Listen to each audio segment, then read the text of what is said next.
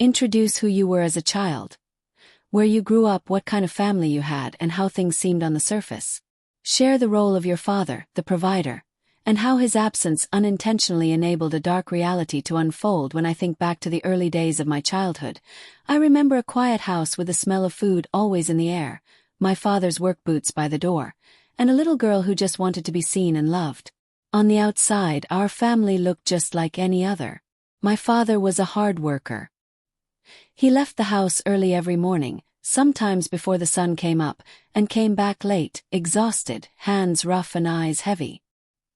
He did what he could to keep food on the table, and for that, I respected him. He wasn't a loud man, but when he spoke, we listened. He believed that being present in the home meant discipline and order, but work always pulled him away, and in that absence, something unimaginable was allowed to grow. We lived in a small, modest house with narrow hallways and rooms that echoed with things unsaid. I was the only girl, the youngest, and I had 3 older brothers, each one stronger than me, each one holding more power in that house than I ever realized. People say siblings are supposed to protect you, supposed to be your first friends, your first defenders. But in my world, those bonds were twisted into something terrifying.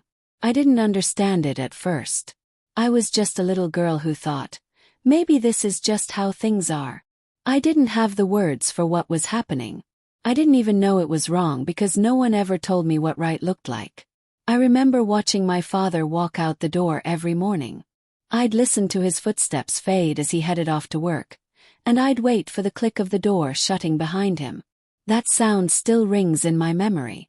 That sound meant the house was no longer safe. That was the moment I started counting down the hours until he'd come back. Every tick of the clock was both a lifeline and a torment. Kept quiet. I tried to stay small. I tried to disappear, to become invisible. But it never worked. They always found me. It started when I was just a little girl, too young to understand what was being taken from me. And when you're that young, confusion becomes your constant companion. I would sit in silence at dinner, wondering if anyone could see it on my face. Could my father see it? Could he see that I wasn't okay? But he was always too tired, too distracted. I wanted him to ask. I wanted someone to notice. But no one ever did. There were moments when I thought maybe I was the one doing something wrong. That maybe, just maybe, I deserved what was happening. That maybe if I smiled more or cried less or followed the rules more carefully, it would stop. I was so desperate to make sense of it all, to find some kind of control in a situation where I had none. But no matter what I did, nothing changed. The silence was heavy, and I carried it for years.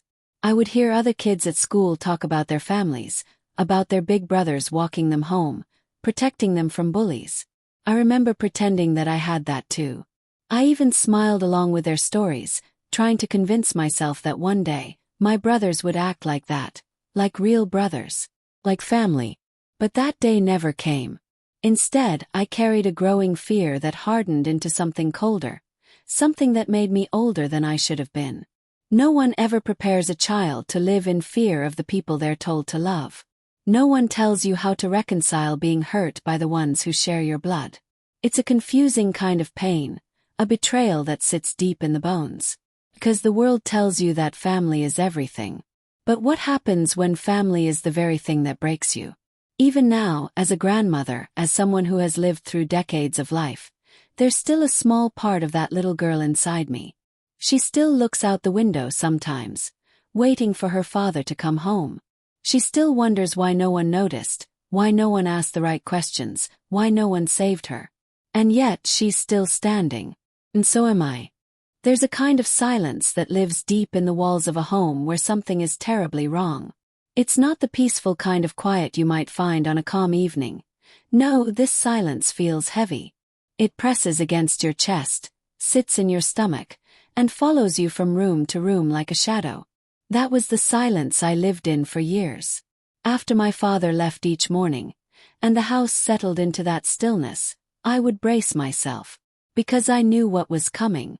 It wasn't a matter of if, it was when. It's hard to put words to something so dark, especially when it was happening at an age when I didn't even fully understand what was being done to me. I only knew it didn't feel right. My body would tense up with dread. My heart would beat so loudly that I could hear it in my ears. I would try to disappear, to hide in corners, to blend into the wallpaper. But they always found me, my own brothers. The same boys who once teased me over missing teeth and tied my shoes when I was small.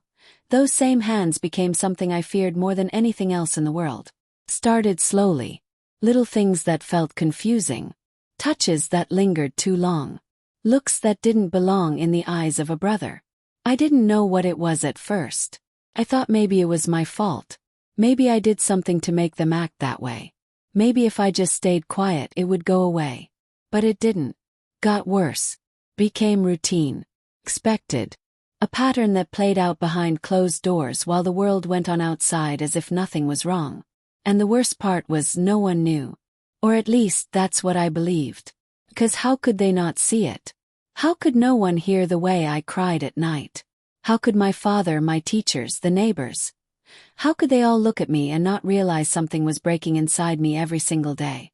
But people don't always see what they don't want to. It's easier to believe everything is fine. It's easier to assume that a child who's quiet is just well-behaved, than to consider the reasons behind that silence. So I became good at pretending. I smiled when I needed to. I nodded when spoken to. I answered questions in class, cleaned up my plate at dinner and kept my head down. I learned how to survive not by fighting but by shrinking. I made myself small enough to disappear. And still they kept coming. My brothers, together, using their strength, their size, their numbers to keep me trapped in a world I never chose. I never told anyone. I didn't have the words. And if I did, who would believe me? They were older. They were trusted. They were boys and I was the youngest. I was the girl who had everything she needed. People don't like to believe that harm can come from inside a family. They'll go out of their way to explain it away, to protect the illusion of a happy home. I knew that even as a child. I could see the way people looked at us, how they praised my father for working so hard to raise 4 children. No one wanted to hear a story that would crack that picture. No one wanted to face the truth. There were times I thought I might not make it through. Not physically, maybe, but emotionally, spiritually. Felt hollow. Like there was a part of me that had been scooped out and replaced with shame. That shame ran deep. I carried it through school, into my teenage years, and into adulthood. It affected how I trusted people, how I saw myself. I used to look in the mirror and see only damage.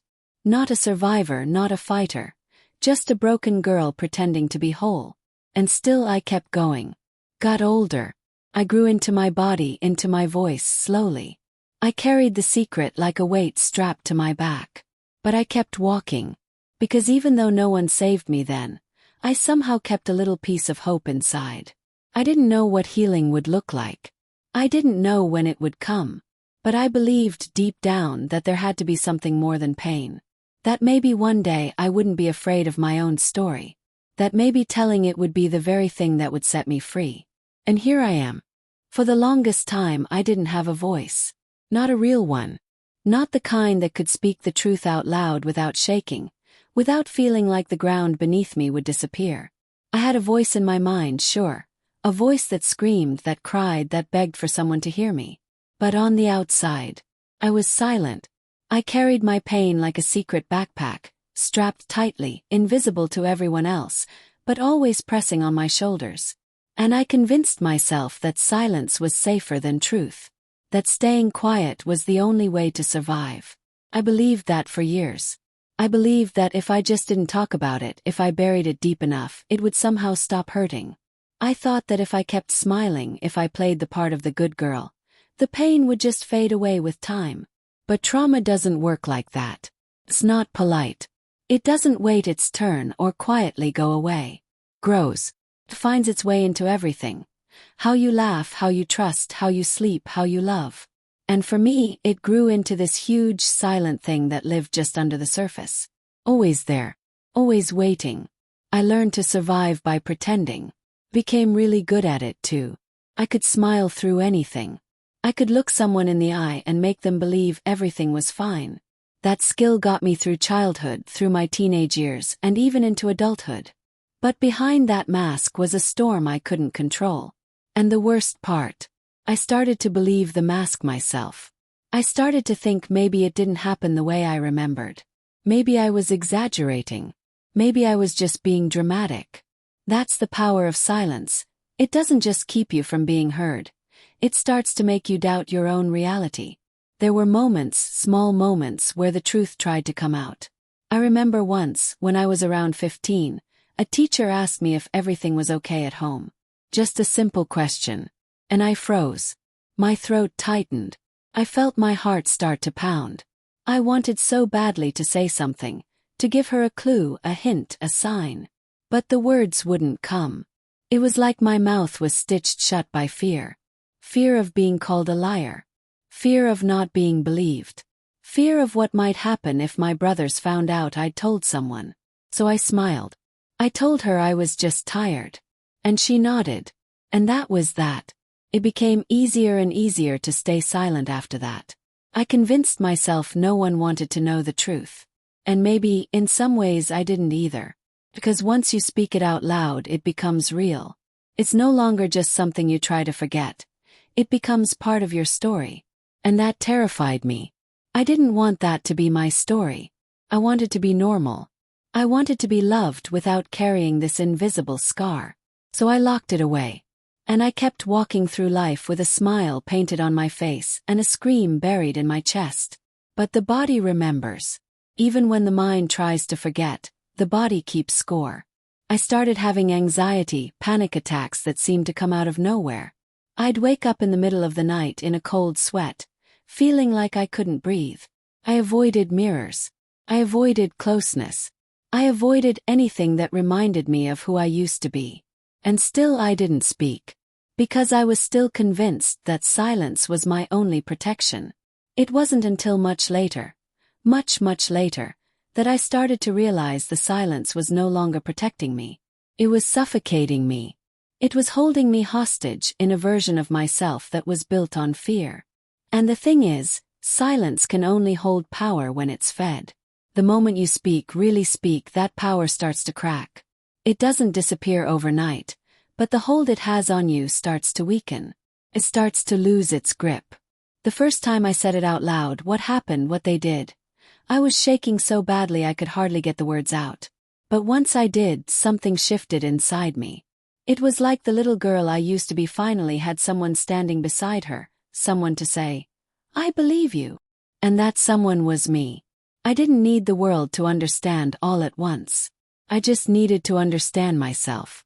I needed to hear my own truth and honor it, after all those years of pretending it didn't exist. And now, after everything, I've learned that surviving is more than just getting through the day. It's finding your voice again. It's speaking for the child who couldn't speak then.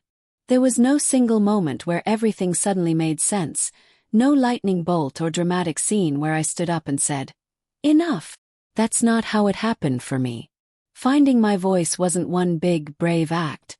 It was a slow, painful unraveling.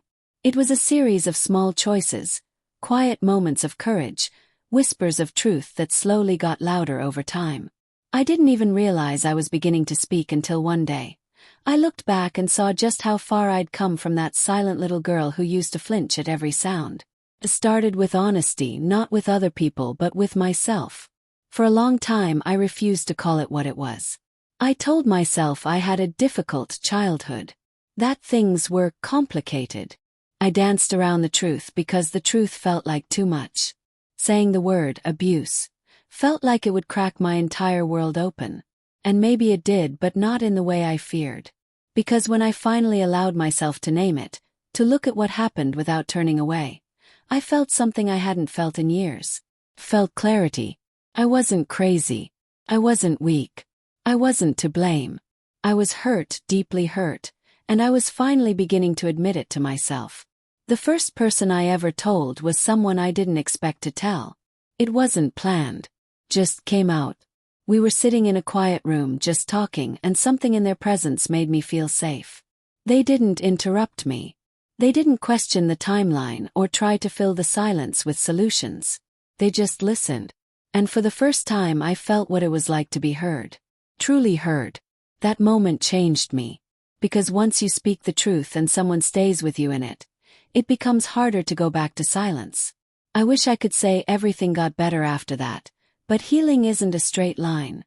Speaking up opened doors, but it also stirred up pain I'd kept locked away for years. Memories I'd pushed down came back with sharp edges.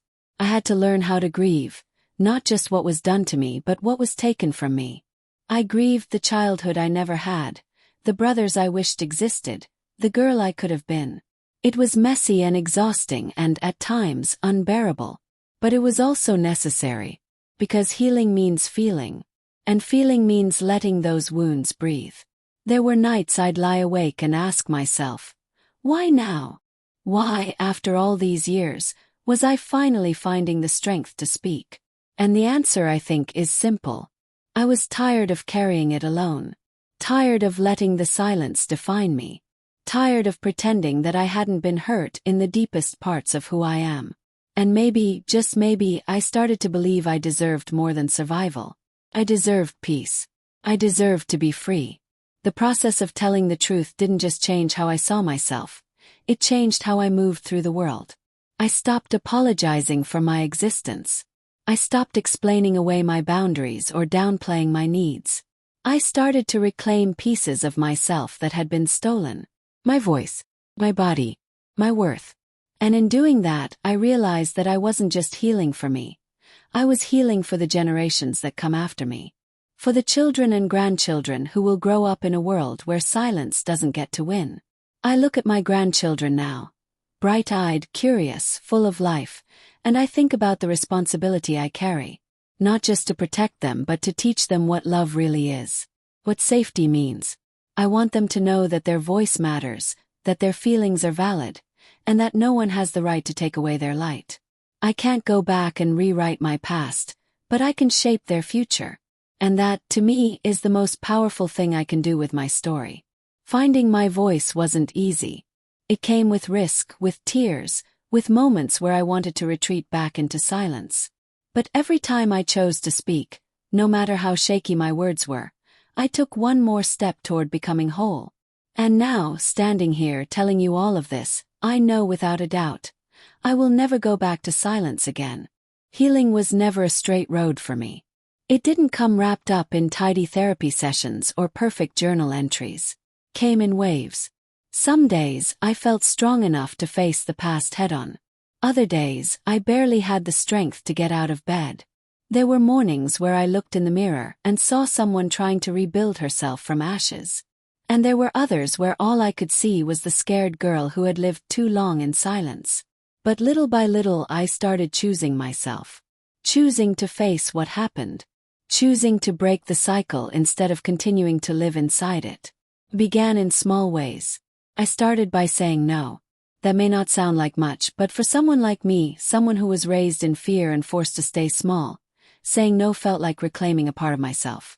I said no to people who crossed my boundaries. No to the voice in my head that told me I was weak. No to the shame that wasn't mine to carry in the first place. Each no became a brick in the foundation I was laying for a life that finally felt like mine. I also reached for help. I won't pretend that asking for support was easy. It wasn't. Vulnerability felt dangerous at first, like I was putting myself right back in the path of harm. But I slowly began to understand that not everyone in the world wanted to hurt me. Some people actually wanted to hold space for me, to sit with me in my pain without turning away. Whether it was a therapist, a friend, or even someone I met in a support group, I started finding people who didn't need me to be perfect. They just needed me to be real. And being real was the bravest thing I had ever done. But the most powerful step I took was deciding that the cycle of trauma stopped with me. I knew that if I didn't face my pain, if I didn't start doing the work to understand and heal it, I might pass it on. Quietly, unknowingly, but pass it on all the same. And I couldn't let that happen. I looked at my children and later my grandchildren, and I made a promise to myself. They would never feel what I felt. They would never have to question their worth. They would never be afraid inside their own home. And they would always know that their voice mattered. I became more intentional about how I showed up in the world. I learned how to parent differently, love differently, listen differently. I made mistakes, I still do, But I try to lead with empathy, with honesty, and with open arms. I talk to my grandkids in ways no one ever talked to me. I ask them how they're feeling. I teach them about boundaries. I remind them that no one has the right to hurt them, and that if anything ever feels wrong, they can come to me without fear. That kind of openness might seem small, but to a child it can be everything. It can be the difference between carrying a secret and finding safety. Part of breaking the cycle also meant forgiving myself. Not for what happened, I was never to blame for that, but for the years I spent hating myself, questioning myself, doubting my own truth. I had to forgive the part of me that stayed silent, that didn't fight harder, that spent too long just surviving. Because I understand now that surviving was an act of strength, not weakness. I did what I had to do to stay alive. And now I choose to live. And living means feeling joy again. It means laughing without guilt. It means dancing in the kitchen with my grandbabies and not flinching at the sound of loud footsteps. It means breathing in peace where there used to be fear. It means trusting myself, my instincts, my wisdom, my resilience. I worked for this peace, earned it, and I protect it with everything I have. The past will always be a part of me. I can't erase it, but I'm no longer defined by it. I carry my story not as a burden, but as a testament to what I've overcome. And I share it, not because I want pity, but because I want others to know it's possible to heal. It's possible to come through the darkest of places and still create something beautiful from the ruins. I broke the cycle by choosing to face the pain, by learning how to love myself again, and by creating a new path for those who come after me. There's something sacred about survival. Not just surviving, but choosing to live after everything that tried to break you. When I look back on everything I've been through, the pain, the silence, the shame, I still don't know exactly how I made it through. But I did. I'm still here. And every breath I take is an act of defiance against everything that was meant to silence me. But survival alone isn't the end of the story. It's just the beginning of a new chapter. There comes a moment, after all the running, all the numbing, all the pretending, when you realize that just being alive isn't enough. You want more. You want healing. You want peace. You want joy that doesn't feel borrowed or temporary. And maybe most of all, you want to make something meaningful out of all the pain you carried for so long. For me, that meant learning how to tell my story, not as a cry for sympathy, but as a gift to others who are still in the dark. I started small. A few words scribbled in a notebook. A letter I never sent. A tearful conversation with someone who simply sat with me and let me speak without fixing anything. Over time, I realized that each time I told the truth, I wasn't just unburdening myself. I was building a bridge. A bridge from who I was to who I was becoming. And a bridge for others who needed to hear someone say, "You're not alone." There's a quiet strength that comes from owning your truth. Not shouting it from rooftops, but simply standing in it. Calmly, firmly, without apology. I used to think strength meant pushing everything down, holding it together no matter what. But now I see that real strength is being able to stand in your own story without shame. To say, yes, this happened. Yes, it hurt. And yes, I'm still here. And I'm still becoming. I've met so many others on this journey. Women, men, young people, elders, each carrying their own version of what I carried. Some are still hiding. Some are just beginning to speak. Some are far down the road and lighting the way for the rest of us. And every single one of them matters. Every voice matters. Because every time someone speaks, it cracks open a little more space for healing. Every time someone chooses life after trauma, the world shifts, just a little bit, toward hope. And I think that's what keeps me going. Hope. Not the naive kind that expects everything to be perfect, but the kind that knows pain and still chooses light. The kind that says, even if the world tried to crush me, I will not pass that pain forward. I will pass on love instead. That kind of hope is hard-won. Doesn't come easily. But once you find it, it becomes something you carry in your bones. A quiet knowing that says, I've survived worse. And I still have more to give. Sometimes people ask me, how did you do it? How did you survive something like that? And the truth is, I didn't have a map. I didn't have a perfect plan. I just kept choosing life one day at a time. I kept choosing to believe that my story didn't end with what was done to me, that I was more than the worst thing that ever happened, that even though I had been silenced, I could find a voice again. And once I found it, I could use it, not just to speak but to sing, to tell the truth, to love out loud, to live fully, deeply, and without fear. And that's the life I'm living now. Not because everything is perfect, it's not. I still have scars. I still have days where memories knock the wind out of me. But those moments don't own me anymore. I own my story now. I decide what it means. I decide how it's told. I get to write the ending.